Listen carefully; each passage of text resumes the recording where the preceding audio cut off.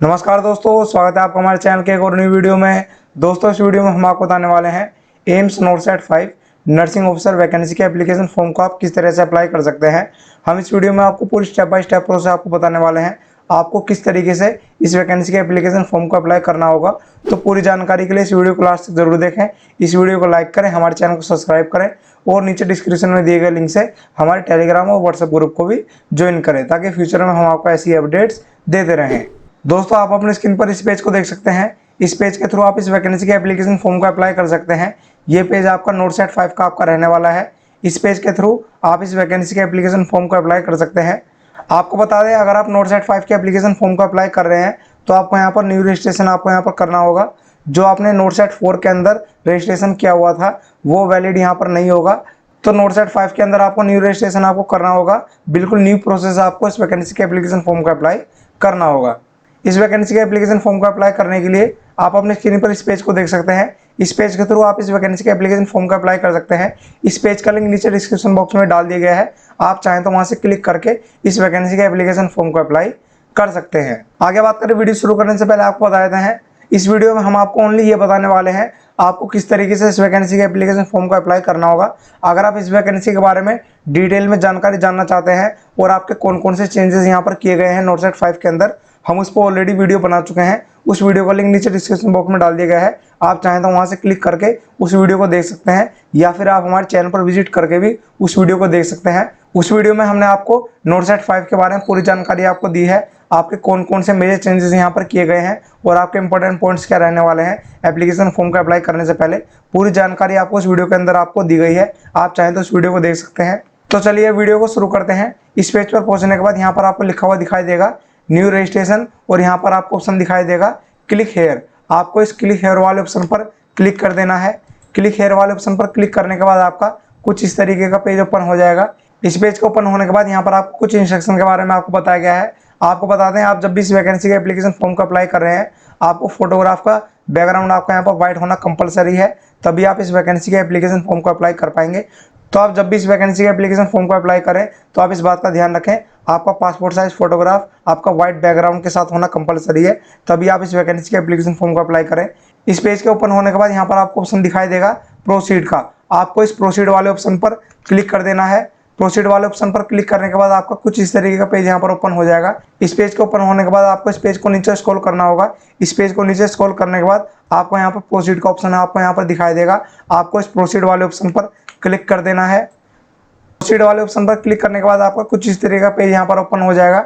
इस पेज के ओपन होने के बाद यहाँ पर आपको बताया गया है इस वैकेंसी के एप्लीकेशन फॉर्म को सक्सेसफुली सबमिट करने के लिए आपको यहाँ पर ये सभी बताई गई 7 स्टेप आपको यहाँ पर फॉलो करने होंगी। इन सभी 7 स्टेप को फॉलो करने के बाद आप इस वैकेंसी के एप्लीकेशन फॉर्म को सक्सेसफुली सबमिट आप यहाँ पर कर पाएंगे। रजिस्ट्रेशन करने के लिए आपको यहाँ पर बताया गया है रजिस्ट्रेशन फॉर्म अप्लाइंग फॉर। आपको इस वाले ऑप्शन पर क्लिक करना है। इस ऑप्शन पर क्लिक करने के बाद आपको यहाँ पर नोरसेट 5 को आपको यहाँ पर सिलेक्ट करना होगा।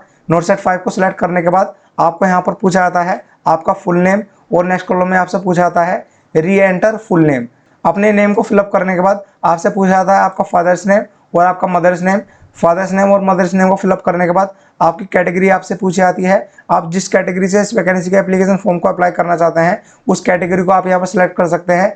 SC ST OBC जनरल या फिर ईडब्ल्यूएस कैटेगरी से आप इस वैकेंसी के एप्लीकेशन फॉर्म को अप्लाई कर सकते हैं। कैटेगरी को फिलअप करने के बाद आपसे नेशनलिटी पूछी जाती है। नेशनलिटी को पूछे जाने के बाद आपसे पूछा जाता है स्टेट ऑफ डोमिसाइल। इस ऑप्शन पर क्लिक करने के बाद आपके यहाँ पर सभी स्टेट आपके यहाँ पर शो हो जाएंगे। आप जिस स्टेट के रहने वाले हैं और आपके पास जिस स्टेट का डोमिसाइल है आप उस स्टेट को यहाँ पर सिलेक्ट कर सकते हैं। स्टेट को सिलेक्ट करने के बाद आपसे पूछा जाता है ID प्रूफ। आपको यहाँ पर अपना ID प्रूफ को सबमिट करना होगा। ID प्रूफ वाले ऑप्शन पर क्लिक करने के बाद आपके यहाँ पर सभी ऑप्शन आपके यहाँ पर शो हो जाएंगे। आप चाहें तो कोई भी ID प्रूफ आप यहाँ पर अटैच कर सकते हैं। आपका Aadhaar card, driving licence, PAN card, passport या फिर आप वोटर ID से इस वैकेंसी के एप्लीकेशन फॉर्म को अप्लाई कर सकते हैं। आगे आपसे आपका ID नंबर पूछा जाता है। आप अपने आधार कार्ड का ID नंबर आप यहाँ पर फिलअप कर सकते हैं। प्लेस ऑफ इशू आप यहाँ पर फिलअप कर सकते हैं। आगे आपसे पूछा जाता है इशू डेट, आप चाहें तो उसको फिलअप कर भी सकते हैं या फिर आप इसे ब्लैंक भी छोड़ सकते हैं।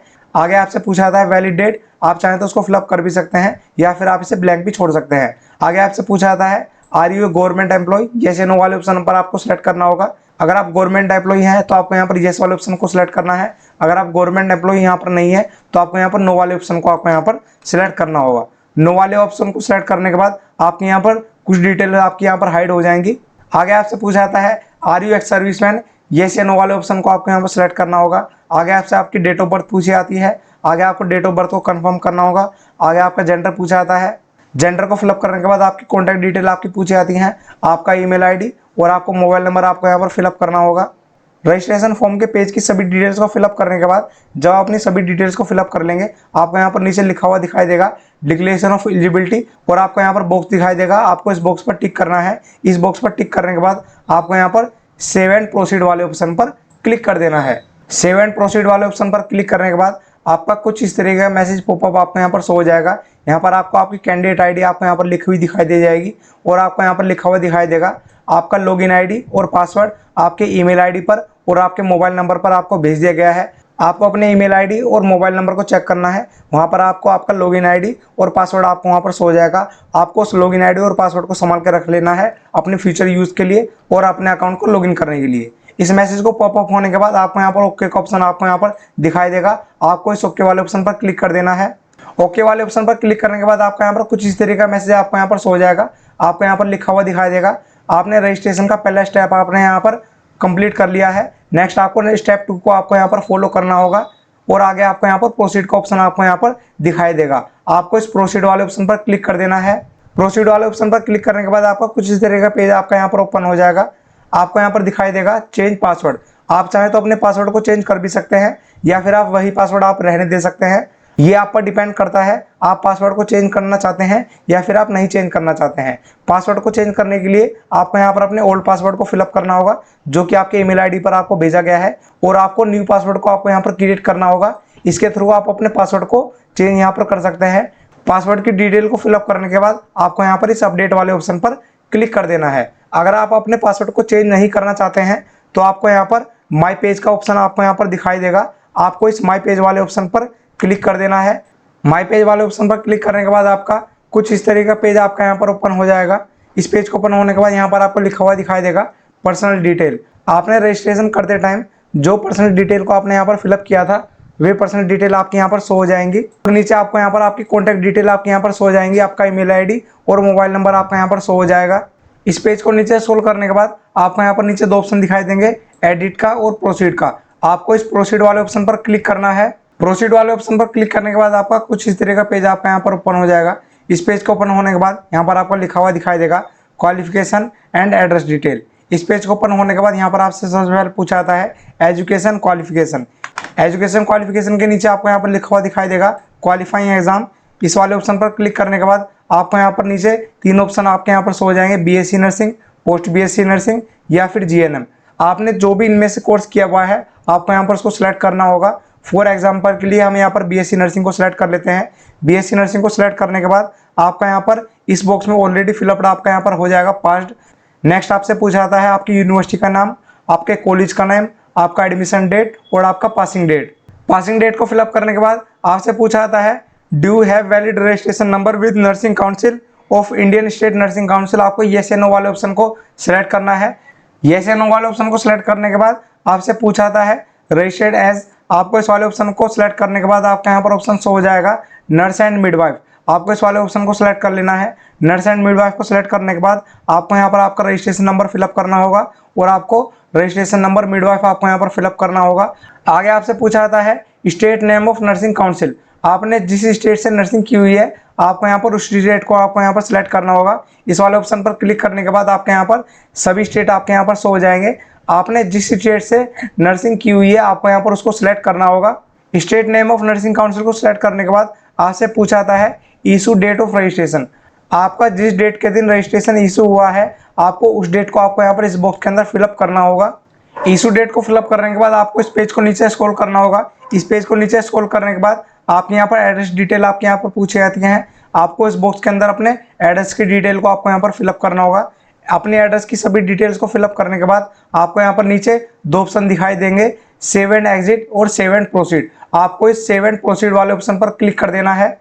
सेव एंड प्रोसीड वाले ऑप्शन पर क्लिक करने के बाद आपका कुछ इस तरीके का पेज आपका यहाँ पर ओपन हो जाएगा। ये पेज आपका एक्सपेंस डिटेल का आपका यहाँ पर रहने वाला है। इस पेज पर आपको अपने एक्सपेंस डिटेल को आपको यहाँ पर फिलअप करना होगा। आपको बता दें, अगर आपने बीएससी नर्सिंग कर रखी है या फिर आपने पोस्ट बीएससी नर्सिंग कर रखी है तो आपका यहाँ पर कोई भी एक्सपेंस यहाँ पर आपका नहीं मांगा जाता है। लेकिन अगर आपने जीएनएम कर रखी है तो आपका यहाँ पर 2 साल का वर्क एक्सपीरियंस आपका यहाँ पर मांगा जाता है 50 बेडेड हॉस्पिटल का आफ्टर एक्वायरिंग द क्वालिफिकेशन। अगर आपके पास एक्सपीरियंस है तो आप यहाँ पर यस वाले ऑप्शन को सिलेक्ट कीजिए। अगर आपके पास एक्सपीरियंस नहीं है तो आपको यहाँ पर इस नो वाले ऑप्शन को सिलेक्ट करना होगा। एक्सपीरियंस की डिटेल को फिलअप करने के बाद आपको यहाँ पर नीचे 2 ऑप्शन दिखाई देंगे, save and exit and save and proceed. आपको इस सेव एंड प्रोसीड वाले ऑप्शन पर क्लिक कर देना है। सेव एंड प्रोसीड वाले ऑप्शन पर क्लिक करने के बाद आपका कुछ इस तरीके का पेज आपका यहाँ पर ओपन हो जाएगा। ये पेज आपका यहाँ पर पेमेंट का आपका यहाँ पर रहने वाला है। इस पेज के थ्रू आप अपनी एप्लीकेशन फीस की पेमेंट आप यहाँ पर कर सकते हैं। आगे आपको यहाँ पर बताया गया है, इंपॉर्टेंट इंस्ट्रक्शन के बारे में आपको बताया गया है। अगर आप पेमेंट कर देते हैं और आपके बैंक अकाउंट से आपकी पेमेंट कट जाती है लेकिन आपके पोर्टल में आपको यहाँ पर सक्सेसफुली आपके यहाँ पर शो नहीं होती है तो आपको यहाँ पर टेंशन लेने की जरूरत नहीं है। आपको यहाँ पर 1 घंटे से लेकर 24 घंटे का वेट करना होगा। 1 घंटे से 24 घंटे का वेट करने के बाद आपकी पेमेंट आपके यहाँ पर सक्सेसफुली सबमिट आपके यहाँ पर शो हो जाएगी और आपका यहाँ पर स्टेटस आपका यहाँ पर सक्सेसफुली पेमेंट आपका यहाँ पर शो हो जाएगा। अगर आपकी पेमेंट सक्सेसफुली सबमिट आपकी यहाँ पर नहीं होती है आपके अकाउंट के अंदर तभी आपको इतना वेट करना होगा। लेकिन अगर आपकी एप्लीकेशन फीस सक्सेसफुली सबमिट हो जाती है हैंड टू हैंड तो आपको यहाँ पर वेट करने की जरूरत नहीं है। आप यहाँ पर नेक्स्ट स्टेप पर प्रोसीड आप यहाँ पर कर सकते हैं। पेमेंट करने के लिए आपके यहाँ पर 2 ऑप्शन आपको यहाँ पर दिए गए हैं, ऑनलाइन पेमेंट और पे गवर्नमेंट ऑफ इंडिया। आप यहाँ पर दोनों में से कोई भी ऑप्शन यहाँ पर चूज कर सकते हैं। हम यहाँ पर पे गवर्नमेंट ऑफ इंडिया यहाँ पर चूज कर लेते हैं। आप चाहें तो ऑनलाइन पेमेंट भी आप यहाँ पर चूज कर सकते हैं, लेकिन हम यहाँ पर पे गवर्नमेंट ऑफ इंडिया से एप्लीकेशन फीस को हम यहाँ पर पे कर रहे हैं। एप्लीकेशन फीस को पे करने के लिए आपको यहाँ पर पे गवर्नमेंट ऑफ इंडिया को आपको यहाँ पर सिलेक्ट करना होगा। पे गवर्नमेंट ऑफ इंडिया वाले ऑप्शन पर क्लिक करने के बाद आपका कुछ इस तरह का पेज आपका यहाँ पर ओपन हो जाएगा। ये पेज आपका यहाँ पर पेमेंट का आपका यहाँ पर रहने वाला है। आप यहाँ पर किसी भी मेथड से अपनी पेमेंट को आप यहाँ पर सबमिट कर सकते हैं, क्रेडिट कार्ड के थ्रू, डेबिट कार्ड के थ्रू, इंटरनेट बैंकिंग के थ्रू या फिर QR कोड के थ्रू या फिर आप UPI मेथड के थ्रू भी अपनी पेमेंट आप यहाँ पर सबमिट कर सकते हैं। आपको यहाँ पर आपकी पेमेंट आपको यहाँ पर शो हो जाएगी। अपनी पेमेंट को आपको यहाँ पर सक्सेसफुली सबमिट यहाँ पर आपको कर देना है। आप जब अपनी एप्लीकेशन फीस को सक्सेसफुली सबमिट कर देंगे और अपने अकाउंट को दोबारा से लॉगिन कर लेंगे अपने ID और पासवर्ड के थ्रू तो आपको यहाँ पर कुछ इस तरह का पेज आपको यहाँ पर शो हो जाएगा। आपको यहाँ पर लिखा हुआ दिखाई देगा मेक पेमेंट का आपका यहाँ पर पेज आपका यहाँ पर रहने वाला है। आगे आपको यहाँ पर पेमेंट डिटेल आपके यहाँ पर शो हो जाएंगी। आपकी candidate ID, name, date of birth, gender आपको यहाँ पर शो हो जाएगा और आगे आपको यहाँ पर आपका अमाउंट है आपका यहाँ पर शो हो जाएगा। मोड ऑफ पेमेंट आपका यहाँ पर शो हो जाएगा, ऑनलाइन यहाँ पर आपको शो हो जाएगा। ट्रांजेक्शन ID, डेट और स्टेटस आपको यहाँ पर सक्सेस आपको यहाँ पर लिखा हुआ दिखाई दे जाएगा। अपनी पेमेंट को सक्सेसफुली सबमिट होने के बाद आपको नीचे 2 ऑप्शन आपको यहाँ पर दिखाई देंगे, प्रिंट और प्रोसीड। आप चाहें तो इस फीस रिसिप्ट का प्रिंट आउट भी आप यहाँ पर ले सकते हैं। अपनी फीस रिसिप्ट का प्रिंट आउट लेने के बाद आपको यहाँ पर इस प्रोसीड वाले ऑप्शन पर क्लिक करना है। प्रोसीड वाले ऑप्शन पर क्लिक करने के बाद आपका कुछ इस तरह का पेज आपका यहाँ पर ओपन हो जाएगा। ये पेज आपका यहाँ पर सिटी चॉइस का आपका यहाँ पर रहने वाला है। आपको अपने एग्जामिनेशन सेंटर की सिटी को आपको यहाँ पर चूज करना होगा। आपको यहाँ पर 3 एग्जामिनेशन सिटी को आपको यहाँ पर चूज करना होगा। आप चाहें तो सेम स्टेट को आप यहाँ पर सिलेक्ट कर सकते हैं, लेकिन आपको एग्जामिनेशन सिटी को आपको यहाँ पर डिफरेंट आपको यहाँ पर चूज करना होगा, तभी आप इस वैकेंसी के एप्लीकेशन फॉर्म को अप्लाई कर पाएंगे। तो आपको इस बात का ध्यान रखना है, आपके तीनों एग्जामिनेशन सेंटर आपके डिफरेंट होने कंपलसरी हैं, तभी आप आगे प्रोसीड कर पाएंगे। तो चलिए अब आपको बता देते हैं आपके एग्जामिनेशन सेंटर आपके कौन कौन से रहने वाले हैं। नोटसेट 5 के अंदर आपके एग्जामिनेशन सेंटर आपके रहने वाले हैं आंध्र प्रदेश, असम, बिहार, चंडीगढ़, छत्तीसगढ़, दिल्ली, गुजरात, हरियाणा, हिमाचल प्रदेश, जम्मू कश्मीर, झारखंड, कर्नाटका, केरला, मध्य प्रदेश, महाराष्ट्र, मेघालय, उड़ीसा, पंजाब, राजस्थान, तमिलनाडु, तेलंगाना, उत्तर प्रदेश, उत्तराखंड और वेस्ट बंगाल। ये सभी एग्जामिनेशन स्टेट आपके यहाँ पर रहने वाले हैं। आप चाहें तो कोई भी एग्जामिनेशन स्टेट को आप यहाँ पर सिलेक्ट कर सकते हैं। फॉर एग्जाम्पल के लिए हम यहाँ पर सबसे पहले राजस्थान को सिलेक्ट कर लेते हैं। राजस्थान को सिलेक्ट करने के बाद हमको यहाँ पर एग्जामिनेशन सिटी को हमको यहाँ पर चूज करना होगा। एग्जामिनेशन सिटी वाले ऑप्शन पर क्लिक करने के बाद हमारे यहाँ पर सभी एग्जामिनेशन सिटी हमारे ओपन हो जाएंगे।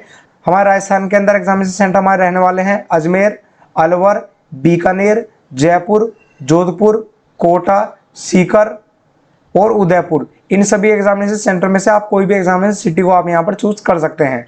फॉर एग्जांपल के लिए हम यहाँ पर सबसे पहले जयपुर को चूज कर लेते हैं। जयपुर को सिलेक्ट करने के बाद नेक्स्ट एग्जामिनेशन सिटी के अंदर हम यहाँ पर उत्तर प्रदेश को सिलेक्ट कर लेते हैं। फॉर एग्जांपल के लिए हम यहाँ पर आगरा को चूज कर लेते हैं। थर्ड सिटी के अंदर हम यहाँ पर दोबारा से राजस्थान को सिलेक्ट कर लेते हैं। राजस्थान को सिलेक्ट करने के बाद हम यहाँ पर जोधपुर को सिलेक्ट कर लेते हैं। आप चाहें तो अपने प्रेफरेंस के हिसाब से कोई भी एग्जामिनेशन सेंटर को चूज कर सकते हैं। आप कोई भी एग्जामिनेशन सेंटर को चूज कर सकते हैं बताए गए एग्जामिनेशन सेंटर में से, और बताए गए एग्जामिनेशन सेंटर में से ही आपको एग्जामिनेशन सेंटर को चूज करना होगा। अपने एग्जामिनेशन सेंटर को चूज करने के बाद आपको यहाँ पर नीचे ऑप्शन दिखाई देगा सेव एंड प्रोसीड। आपको इस सेव एंड प्रोसीड वाले ऑप्शन पर क्लिक कर देना है। सेव एंड प्रोसीड वाले ऑप्शन पर क्लिक करने के बाद आपका यहाँ पर कुछ इस तरह का मैसेज आपको यहाँ पर शो हो जाएगा। आपको यहाँ पर लिखा हुआ दिखाई देगा आपके रजिस्ट्रेशन का 5th स्टेप आपका यहाँ पर कंप्लीट हो चुका है। आपको यहाँ पर इस ओके वाले ऑप्शन पर क्लिक करना है। इस ओके वाले ऑप्शन पर क्लिक करने के बाद आपका यहाँ पर नेक्स्ट पेज आपका यहाँ पर ओपन हो जाएगा। ये पेज आपका यहाँ पर अपलोड डॉक्यूमेंट का आपका यहाँ पर रहने वाला है। तो आपको बता देते हैं आपको यहाँ पर कौन कौन से डॉक्यूमेंट को आपको यहाँ पर अपलोड करना होगा। सबसे पहले आपको यहाँ पर अपनी फोटोग्राफ को अपलोड करना होगा। आपको यहाँ पर फोटोग्राफ की कुछ इंस्ट्रक्शन के बारे में भी आपको यहाँ पर बताया गया है। आपको बताया गया है आपका फोटोग्राफ आपका यहाँ पर 6 मंथ ओल्ड होना चाहिए, और आपके फोटोग्राफ में बैकग्राउंड आपका यहाँ पर व्हाइट होना कंपलसरी है, और आपका यहाँ पर फोटोग्राफ ब्लर नहीं होना चाहिए, और आपका यहाँ पर फोटोग्राफ का साइज आपका यहाँ पर बताए गए इंस्ट्रक्शन के अनुसार आपका यहाँ पर होना चाहिए, और आपका फोटोग्राफ यहाँ पर आपका ही होना कंपलसरी है। आगे बात करें आपका फोटो का साइज आपका यहाँ पर कितना होना चाहिए, 50 KB से लेके 100 KB के बीच का आपका यहाँ पर फोटो का साइज होना कंपलसरी है, तभी आपका यहाँ पर फोटोग्राफ अपलोड होगा। आगे बात करें आपको यहाँ पर सिग्नेचर की इंस्ट्रक्शन के बारे में भी आपको बताया गया है। इस पेज को नीचे स्क्रॉल करने पर आपको यहाँ पर सिग्नेचर की इंस्ट्रक्शन के बारे में भी आपको बताया गया है। सबसे पहले बात करें आपको यहाँ पर बताया गया है आपके सिग्नेचर का बैकग्राउंड आपका यहाँ पर व्हाइट होना कंपलसरी है, और आपका सिग्नेचर ब्लर नहीं होना चाहिए, और आपके सिग्नेचर का साइज इंस्ट्रक्शन के अनुसार होना चाहिए, और आपका सिग्नेचर आपका ही होना कंपलसरी है, तभी आपका सिग्नेचर एक्सेप्ट आपका यहाँ पर किया जाएगा। आगे बात करें आपके सिग्नेचर का साइज 20 KB से लेके 100 KB के बीच का होना कंपलसरी है, तभी आपका सिग्नेचर एक्सेप्ट किया जाएगा। आगे बात करें यहाँ पर आपको अपने थंब इंप्रेशन को भी अपलोड करना होगा। आपको अपने लेफ्ट थंब इंप्रेशन को अपलोड यहाँ पर करना होगा। यहाँ पर आपको कुछ इंस्ट्रक्शन आपको यहाँ पर बताई गई है। आपके थंब इंप्रेशन का बैकग्राउंड आपका यहाँ पर व्हाइट होना कंपलसरी है, क्लियरली विजिबल आपका यहाँ पर होना चाहिए थंब इंप्रेशन, और आपका थंब इंप्रेशन का साइज इंस्ट्रक्शन के अनुसार आपका यहाँ पर होना चाहिए, और आपका थंब इंप्रेशन आपका ही होना कंपलसरी है, तभी आपका थंब इंप्रेशन आपका यहाँ पर एक्सेप्ट किया जाएगा। और आपके थंब इंप्रेशन का साइज 20 KB से लेके 1000 KB के बीच का आपका यहाँ पर होना कंपलसरी है, तभी आपका थंब इंप्रेशन आपका यहाँ पर अपलोड किया जाएगा। आपको यहाँ पर बताया गया फोटोग्राफ, सिग्नेचर और थंब इंप्रेशन के इंस्ट्रक्शन के अकॉर्डिंग अपने डॉक्यूमेंट को आपको यहाँ पर अपलोड करना होगा, तभी आपके यहाँ पर बाकी डॉक्यूमेंट को आपको यहाँ पर एक्सेप्ट किया जाएगा। अपने सभी इमेज को यहाँ पर अपलोड करने के बाद आपको इस पेज को नीचे स्क्रॉल करना होगा। इस पेज को नीचे स्क्रॉल करने के बाद आपको यहाँ पर डिक्लेरेशन दिखाई देगा। आपको इस डिक्लेरेशन वाले बॉक्स पर आपको यहाँ पर टिक कर देना है। इस बॉक्स पर टिक करने के बाद आपको यहाँ पर सेव एंड प्रोसीड वाले ऑप्शन पर क्लिक कर देना है। सेव एंड प्रोसीड वाले ऑप्शन पर क्लिक करने के बाद आपका यहाँ पर कुछ इस तरह का पेज आपको यहाँ पर शो हो जाएगा। ये पेज आपका यहाँ पर फाइनल कंफर्मेशन का आपका यहाँ पर रहने वाला है। आपको इस पेज पर आपके यहाँ पर सभी डिटेल आपके यहाँ पर शो हो जाएंगी, जो कि आपने इस वैकेंसी के एप्लीकेशन फॉर्म को अप्लाई करते टाइम फिलअप किया था, वो सभी डिटेल आपके यहाँ पर आपको शो हो जाएंगी। आपको इस पेज को नीचे स्क्रॉल करना है। इस पेज को नीचे स्क्रॉल करने के बाद आपके यहाँ पर बाकी डिटेल आपके यहाँ पर शो हो जाएंगी। आपका ट्रांजेक्शन ID, आपका मोड ऑफ पेमेंट और आपके एग्जामिनेशन सेंटर आपके यहाँ पर आपको शो हो जाएंगे। और नीचे आपको यहाँ पर 2 ऑप्शन दिखाई देंगे, बैक और सबमिट। आपको बता दें आप जब भी इस वैकेंसी के एप्लीकेशन फॉर्म को अप्लाई कर रहे हैं तो आपको फाइनल सबमिशन से पहले आपको अपनी सभी डिटेल को आपको यहाँ पर चेक कर लेना है। अगर आपकी डिटेल बिल्कुल ठीक है, आपने कोई भी मिस्टेक आपने यहाँ पर नहीं की है, तो आपको यहाँ पर सबमिट वाले ऑप्शन पर क्लिक कर देना है। सबमिट वाले ऑप्शन पर क्लिक करने के बाद आपका एप्लीकेशन फॉर्म फाइनल सबमिट आपका यहाँ पर हो जाएगा। फाइनल सबमिशन से पहले आपको अपने एप्लीकेशन फॉर्म को चेक करना कंपलसरी है, तभी आप अपने एप्लीकेशन फॉर्म को फाइनल सबमिट करें। फाइनल सबमिशन के बाद आप अपने एप्लीकेशन फॉर्म के अंदर कोई भी चेंजेस आप यहाँ पर नहीं कर पाएंगे, तो आपको इस बात का ध्यान रखना है। तो दोस्तों इस तरीके से आप एम्स नोटसेट 5 नर्सिंग ऑफिसर वैकेंसी के एप्लीकेशन फॉर्म को अप्लाई कर सकते हैं। इस वीडियो के अंदर हमने आपको पूरी स्टेप बाय स्टेप प्रोसेस आपको बता दी है, आपको किस तरीके से इस वैकेंसी के एप्लीकेशन फॉर्म को अप्लाई करना होगा। अगर आप इस वैकेंसी के बारे में डिटेल में जानना चाहते हैं, हमने उस पर ऑलरेडी वीडियो बना हुआ है। उस वीडियो का लिंक नीचे डिस्क्रिप्शन बॉक्स में डाल दिया गया है और नीचे कमेंट बॉक्स में भी पिन कर दिया गया है। आप चाहें तो उस वीडियो को देख सकते हैं और इस नोटसेट 5 वैकेंसी के बारे में पूरी डिटेल में जान सकते हैं। इस वीडियो में हमने आपको एप्लीकेशन फॉर्म को किस तरह से अप्लाई करना होगा, पूरी स्टेप बाय स्टेप प्रोसेस आपको बता दी है। आपको किस तरीके से अपने एप्लीकेशन फॉर्म को सक्सेसफुली सबमिट आपको यहाँ पर करना होगा। लेकिन अगर आपका अभी कोई डाउट है तो आप नीचे कमेंट बॉक्स में पूछ सकते हैं, या फिर आप हमें इंस्टाग्राम पर DM भी कर सकते हैं। तो जो भी कैंडिडेट इस वैकेंसी के एप्लीकेशन फॉर्म को अप्लाई करना चाहते हैं, वो 28 अगस्त से पहले इस वैकेंसी के एप्लीकेशन फॉर्म को अप्लाई कर सकते हैं। तो जो भी कैंडिडेट इस वैकेंसी के अंदर इंटरेस्टेड है वो इस वैकेंसी के एप्लीकेशन फॉर्म को अप्लाई कर सकते हैं। तो ऐसे ही लेटेस्ट वैकेंसीज और लेटेस्ट अपडेट्स के बारे में पूरी तरह से अपडेट रहने के लिए इस वीडियो को लाइक कीजिए, हमारे चैनल को सब्सक्राइब कीजिए और नीचे डिस्क्रिप्शन बॉक्स में दिए गए लिंक से हमारे टेलीग्राम और व्हाट्सएप ग्रुप को भी ज्वाइन कीजिए, ताकि फ्यूचर में हम आपको ऐसी अपडेट्स देते रहें। मिलते हैं नेक्स्ट वीडियो में, तब तक के लिए थैंक यू।